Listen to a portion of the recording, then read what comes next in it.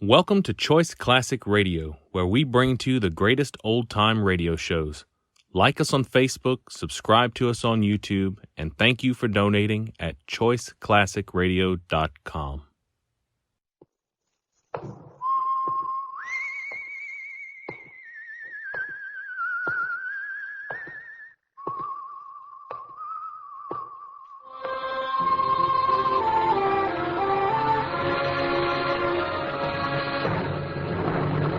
The Adventures of the Saint, starring Vincent Price.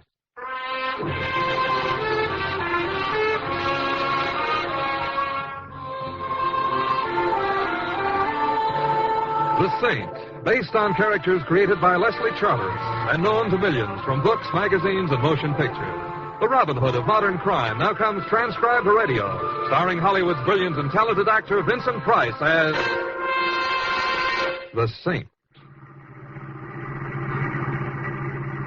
You know something, Simon, darling? Some things, Anne. Among them the fact that you're a very disturbing person.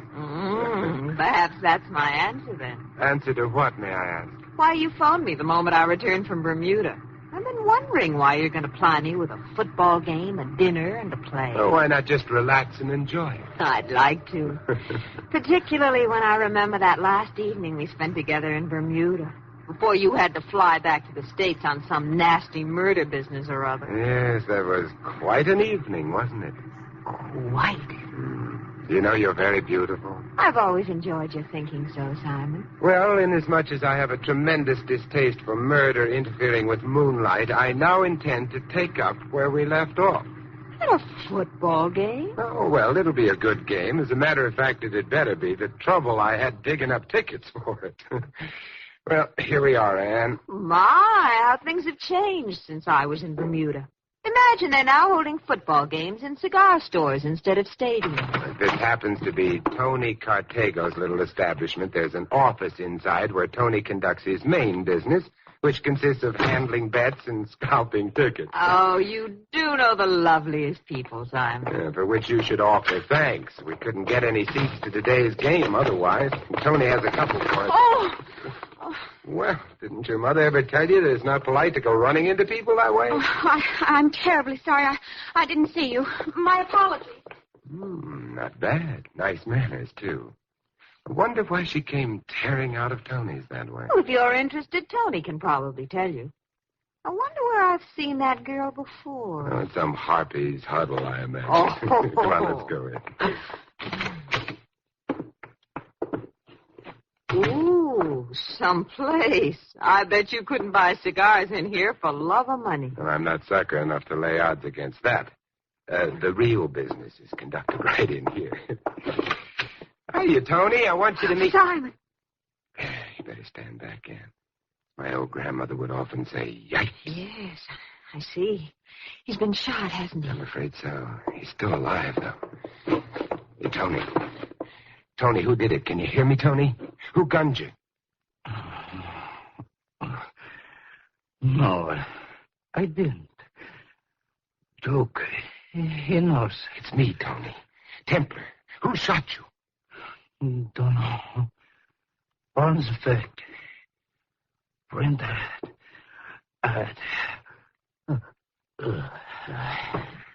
Oh, Simon, is he? He is. Well, there's nothing to do but call the police. Why, Simon, the saint calling in the police on a case? What's happened to you? It's very simple, Anne. I'm much more interested in a beautiful woman. Oh, thank you. You're welcome. Well, why don't you call them?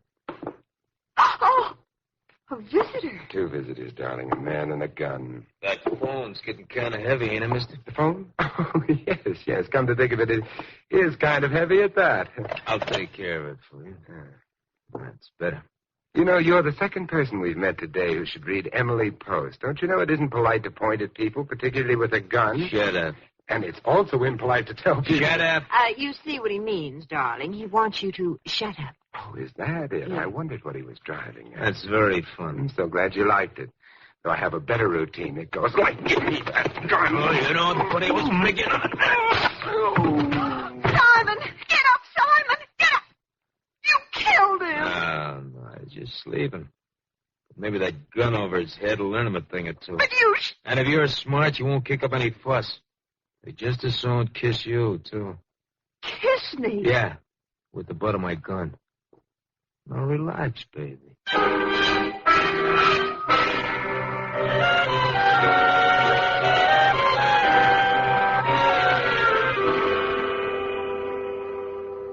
Simon, wake up, Simon, wake up. Oh, come on, Simon, wake up. Well, let's leave a later call. Oh, Simon. All right, Ann.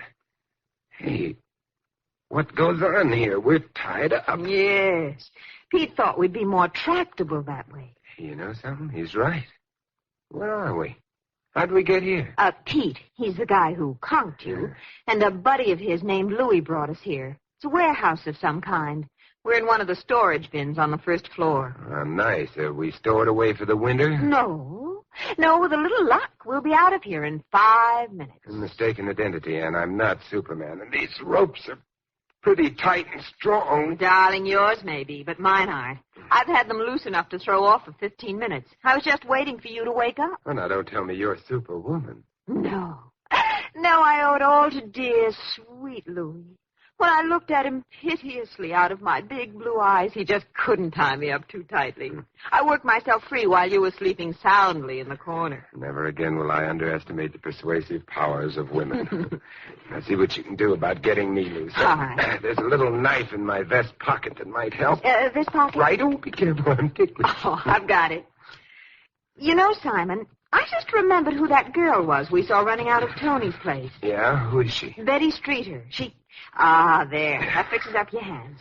Thanks. Now, let's have the knife. I'll get my legs loose myself. Here. Betty Streeter, huh? Mm-hmm. The luscious lollipop whose picture's been in the newspapers lately over an engagement or something? Yes, that's right. She's engaged to Jack Landers, an old boyfriend of mine. Oh. Oh, lucky girl. Jack is so handsome and fascinating. That's very interesting. There. Well, the legs are loose. Now let's see if I can stand up. There. How do you feel?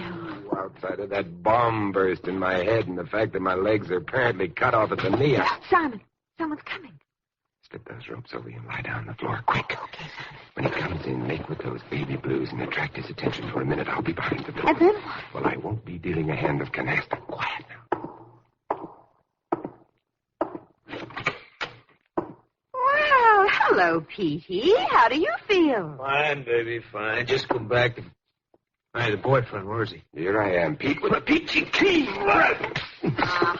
Ha! Now that's what I call more like it. Come on, now, on your feet. Yes. I'd better pick up Pete's pop gun. Now, let's get out of here. Now, that's the first sensible thing you've said today. Let's...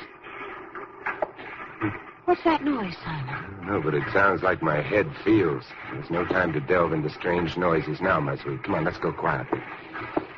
You know, I wonder if Louis, the other mug, is hanging around. No. After Pete searched you and didn't find anything, I heard him say he was going to report to the boss. I guess he's still reporting, then. The place seems deserted. Oh, look, there's the front door. Let's head for it.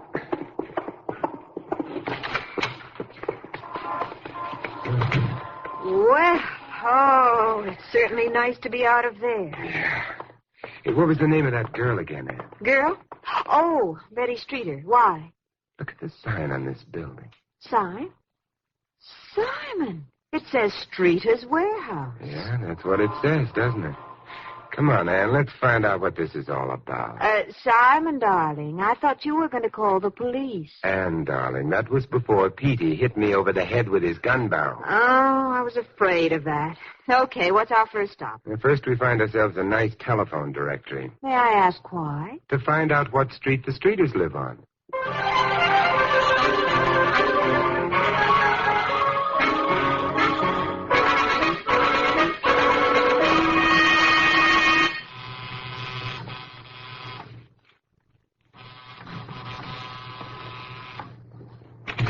Yes, who... Ann! Hello, Jack. Remember me? Remember you? Oh, Ann, sweetheart, if you don't think so, get a load of this. Jack, that's a rather warm greeting after all these years. Oh, yes. Simon, I want you to meet an old friend of mine, Jack Landers. Jack, this is Simon Templar. Glad to see you, Templar. But not as glad as you are to see Anne. Well, not quite. No. Come on in. Thank you. What are you folks doing here, anyhow? We came to see Betty Streeter. This is where she lives, isn't it? Betty? Yes, remember the girl you're engaged to? Sure. Come on along. She's in the living room with her father. Say, by the way, Landers, have you got a handkerchief? Handkerchief? Yeah, of course. Why? Well, I have heard that misplaced lipstick is a better detonator for atomic blast than plutonium, and before the two gals meet... Well, maybe you're right, Templar. Well, Betty... Simon! Holy smoke, what was that? Well, either Betty's involved in a premature explosion or they were shots. Come on, let's see. The living room, Templar, to the left. I'm with you. Stay back, Anne. Betty!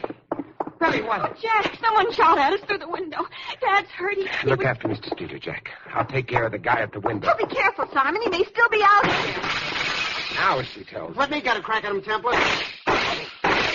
Did you get him, Jack? I think I got him in the leg. He stumbled after the first shot, but he got away in that car. Well, now that quiet has descended once again, it might be pertinent to inquire as to the state of Mr. Streeter's health. Oh, it's nothing serious, just a slight flesh wound. Slight wound, is it? Feels like my whole dad-blasted arm has been torn off. Have you any idea who was so interested in perforating the Streeter skin, Mr. Streeter? Yeah, I'll say I have. He was one of... Dad, there's no need to talk like that now. Blasted Betty, there's no reason for me to hide things. That crook's been trying to chisel in on my warehouse business for over a year. He's taken one of them over already. You couldn't possibly be talking about Duke Raymond, could you? That's right, Templar. He's threatened Mr. Streeter before. Looks as though he sent one of his gunmen around to enforce that threat. Oh, you've got to give in to him, Dad. The next time you won't be so lucky. You ought to realize now that he won't stop at anything. Give in? Nonsense. I hate to sound mercenary, Mr. Streeter, but how much would it be worth to you to get your skirts cleared of Duke Raymond? How much would it be worth? Mm-hmm. Who are you? My name's Simon Templar, if that means anything to you. The saint? I'll confess it. Does that startle you, Miss Streeter? Oh, why, no, not at all. I just didn't expect Of course, after all, only sinners need be frightened by saints. Well, Mr. Streeter, what do you say? All right, I'll make you an offer. $10,000 if you get Duke Raymond out of the way. Nothing if you don't. You've just made yourself a deal. Simon, you taking money for a case? Juries award damages for broken hearts, Anne. And you have no idea how badly I feel about letting Cupid down.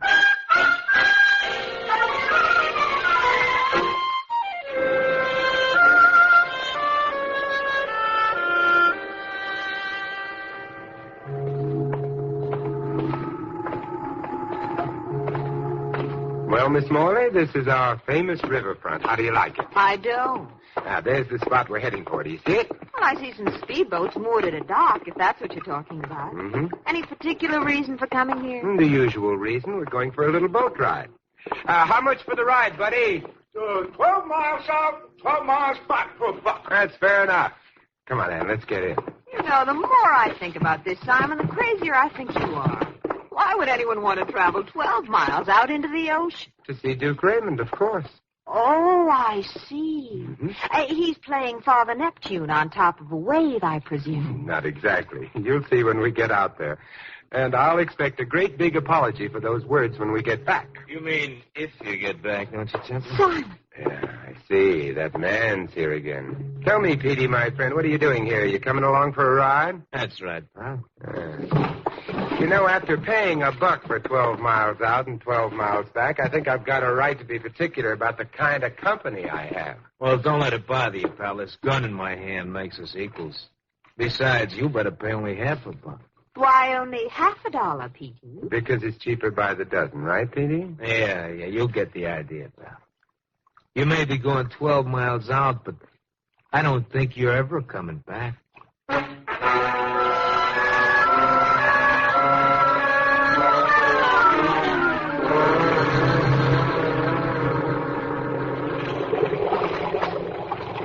You know, know, Pete, this ride hasn't been very comfortable so far. That gun sticking in my back irritates. Yeah.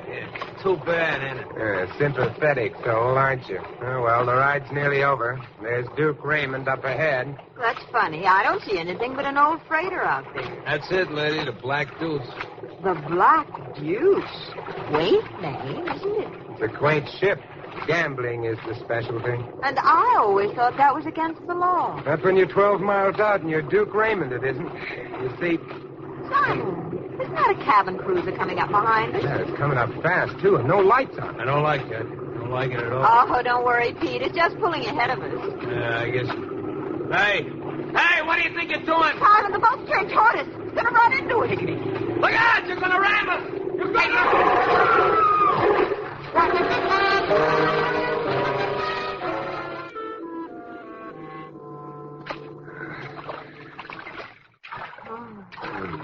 How you doing, Ann? Oh, all right. So far. But not much. Just a couple of more strokes will do it. Keep it up. There go. Just two more now. There. Oh, I thought we'd never get here. Must have been telepathy. Oh. Wait a minute. I'll climb on board.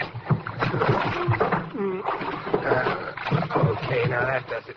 Okay, now give me your hand. Okay, Simon. Easy does it. Easy. Well, quite an experience, I'd say. Where are we? We're in a speedboat moored to the Black Deuce. Which reminds me it's time to go to work. Oh, you're not actually going aboard that ship, are you? That was my original intention, wasn't it? Besides, Pete and his boyfriend will drown if I don't get help out to Oh, them. and you've got to earn that $10,000. As I know. Yeah, right as usual, Angel. Now listen closely. Do you know how to run a speedboat? Yes, I do. Why? Well, I've got a funny idea you're going to have to run one in a very few minutes.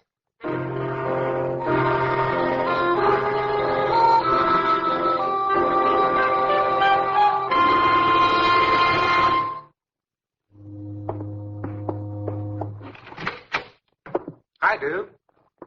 Who are you? I'm Simon Templar. The man Pete was supposed to bring in, pardon the wet clothes, this damn sea air, you know. Where's Pete? The last time I saw him, he was hanging onto a wrecked speedboat a couple of 100 yards away. Hanging on to it. Come on, get down to cases, Templar. What's the racket? Duke, I've a funny hunch you're going to lay off Streeter's business.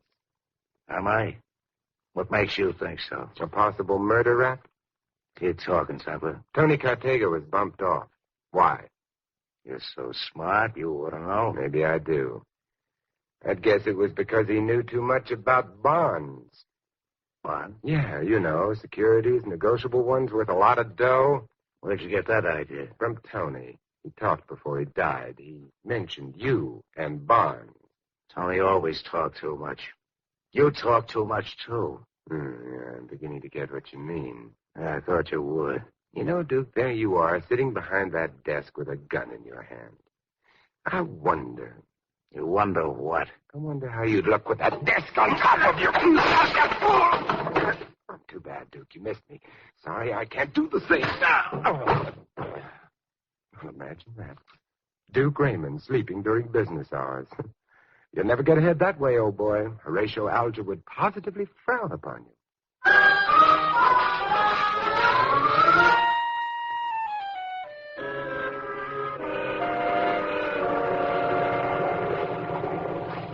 Nice going, Ann. Thank you kindly for picking me up out of the water. If I'd known what was going to happen, I wouldn't have. When I saw you dive off that rail and all those people started shooting at you. Oh, just a necessary unpleasantness, my sweet. I had to get some information from Duke about bonds. Bonds? You going to play the market? Right now I'm playing the field. There's a murderer in it. And I'm going to start at Mr. Streeter's warehouse.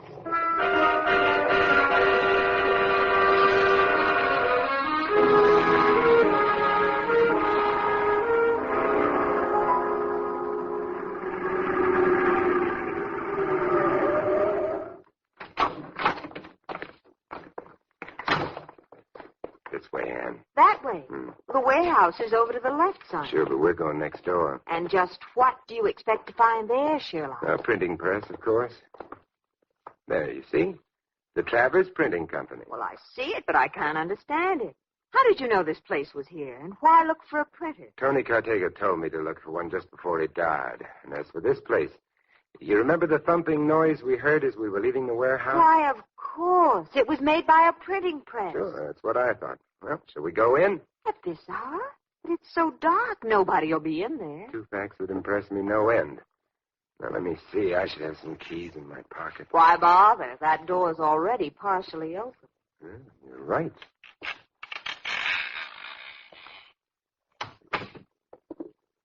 Oh, this is black as pitch in here. You can't risk a light until we're sure it's empty. There's a crack of light over there. It seemed to come from a doorway into another room. I wonder if... Oh! What's the matter? I hit my foot against something. Something soft. You don't say. Suppose you look up at the ceiling while I shine this pencil flash down. Oh, Simon. Perfectly expressed. He's dead, isn't he? Yeah, if he's not, he ought to be. He's been tied up, gagged, strangled, and shot in the leg. Who is he? I think he's the gentleman who tried to kill Mr. Streeter. Well, how do you... Because Jack shot him in the leg, remember? He's probably Mr. Travers the printer. What is it, Simon? Why'd you turn off the light? Because that light in the other room just went out, and I hate to be a nonconformist. Where are you going? I'm going to step over there and see what's up. Oh, be careful. Simon! Simon, are you all right? I'm not sure, but I'll risk it. I'm going after him. Oh, look out, Simon. He's a killer. What is it? What's wrong? Whoever it was locked and bolted this door. I'll have to kick it down. Watching. Someone may still be in there. You have the most pessimistic thoughts. Well, wait till I find the light switch. Well, nobody's here. He must have gone out that window. And if I hadn't been idiot enough to bump into something in the dark, this case might have been over by now. Either that or you'd have been dead. That funny hissing sound. That? Oh, it's the flame under that lead pot over there. What's cooking? Oh, printers use them to melt their old linotype slugs in. Yes, but why would that be going now? Do you think the killer Yeah, left... there was a reason I wanted you along tonight. You've just hit it. Look, there's the type. Yes? And see those engraved copper and zinc plates on that work table? Mm-hmm. If we'd come in a few minutes later, they'd have been in that lead pot. But what are they? Oh, I'm not so good at reading upside down and backwards, but 6% debentures, state of secured highway taxes. Oh, so that's it. What? Would you mind explaining, Simon? Later, darling. First, I've got a little surprise party to prepare. Surprise party. Yeah, as soon as I remove the handkerchief gag from Mr. Travers, send a message to Duke Raymond, and make a few phone calls, we'll go to the scene of the party. How nice. Now, what's going to happen there? What usually happens at a surprise party? Oh, don't tell me. I know. One very foxy murderer is going to get a great big surprise.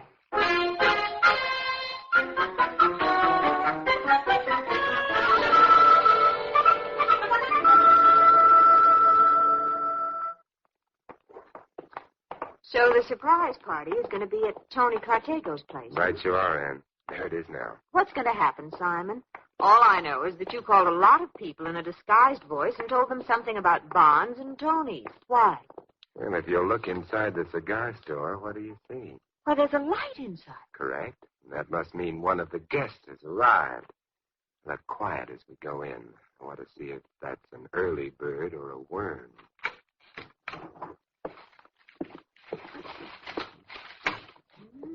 Seems to be awfully busy looking for something. Let's help the poor soul find him. Hello, Betty. Oh! What's the matter, Betty? Looking for some bonds? Bonds? The ones you were called about this morning? Well, I don't know what you're talking about. That, Betty. That'll never do. However, I wasn't the one who called you this morning. How did you know about that? Hey, we join the party? Jack. Hello, dear. All right, Templar, what's this all about? Hello, gentlemen. Nice of you to come, Mr. Streeter. Jack, I was just talking to Betty about that phone call of this morning. What did your caller say, Betty? Something about your father's life being endangered over some bonds and that you'd better get down here fast to save him? My life in danger? What kind of nonsense is that? It wasn't nonsense to Betty. She came down here all right. We walked in right after Betty left and found Tony Cartego dead. Now, just a minute. You're making a pretty dangerous accusation there, Templar. Happens to be true. Mr. Streeter, Duke Raymond forced you to sell him that warehouse next to the Travers Printing Company, didn't he? Yes. And it took a lot of force. He ruined the business by destroying merchandise, wrecking trucks, the usual racketeering methods. I had to sell to stop losing money. Maybe you better not talk so much, Streeter. Yeah. Maybe it won't be healthy. Well. More guests. Duke Raymond and Pete. Yeah, that's right, Templar. What gives here? Well, now, that's a rather silly question, Duke. You came here looking for bonds, didn't you? So your message was a frame, huh, chum? Only in a manner of speaking, chum. Someone in this room owed you money from gambling, didn't they, Duke? And promised to pay in negotiable securities to be left until called for here at Tony Cartego's. It's your story, Templar. Keep talking. But when Pete came to pick up the bonds for you, they were missing, and Tony was dead. It's lucky for you, too. If you tried to sell those bonds, you'd have been arrested. They were forgeries. Phonies? You sure about that? I know it, and I can prove it. Surprise, surprise, surprise. What do you think of your gambling friend now, Duke? The dirty double-crosser. With all that dough in the family, too. Oh, low-down rat is going to get... No, you don't, Duke. Stop right there. Simon, he's got a gun. Isn't that strange, Ann? I was thinking the same thing. Jack. Oh, no, Jack, not you. Pretty sharp, aren't you, Templar? Got it all figured out. Oh, I've been known to get around Landers. Anyway, it was rather obvious. Particularly after you kissed Ann. After he kissed me. What did that have to do with it? Well, you see, Ann... I got something to say first.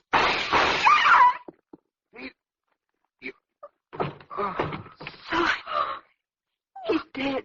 Yes, good old Pete. He never misses. There, my dear. Thanks for keeping him busy while I went for my gun, Templar. Oh, think nothing of it, Pete. And to show my appreciation, here. What? What's the big idea, Now, Duke, let's not be hasty, shall we? I've got a gun, too, the one I borrowed from you aboard your ship. Get on the phone, Ann. Call the police. You bet, Simon, right away. As for you, Mr. Streeter, get out your checkbook. The amount is $10,000 payable to your favorite charity. Your friend Duke Raymond won't bother you again for a long, long time.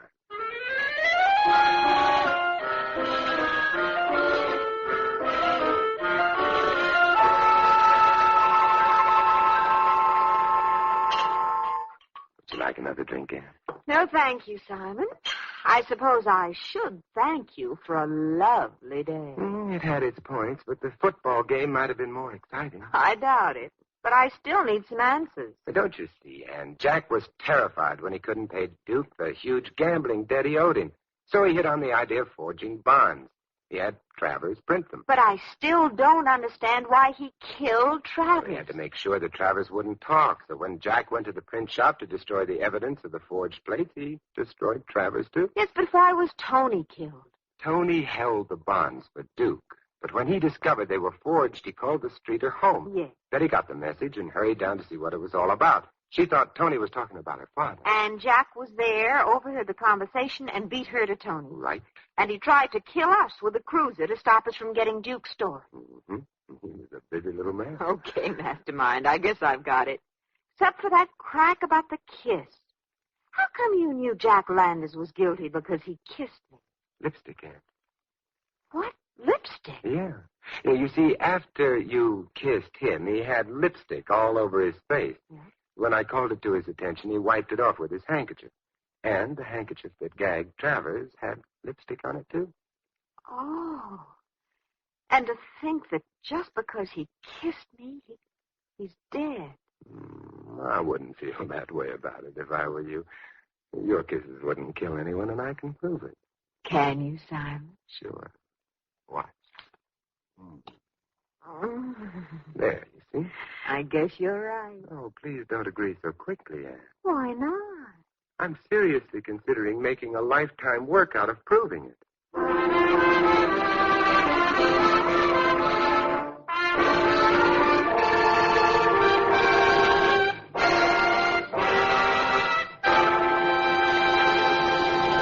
You've been listening to another transcribed adventure of the Saint, the Robin Hood of modern crime. Now here's our star, Vincent Price. Ladies and gentlemen, in tonight's cast, you heard Shirley Mitchell, Barbara Eiler, Jack Moyles, Tom Brown, Edmund McDonald, and Anthony Barrett. This is Vincent Price inviting you to join us again next week at this same time for another exciting adventure of the Saint. Good night.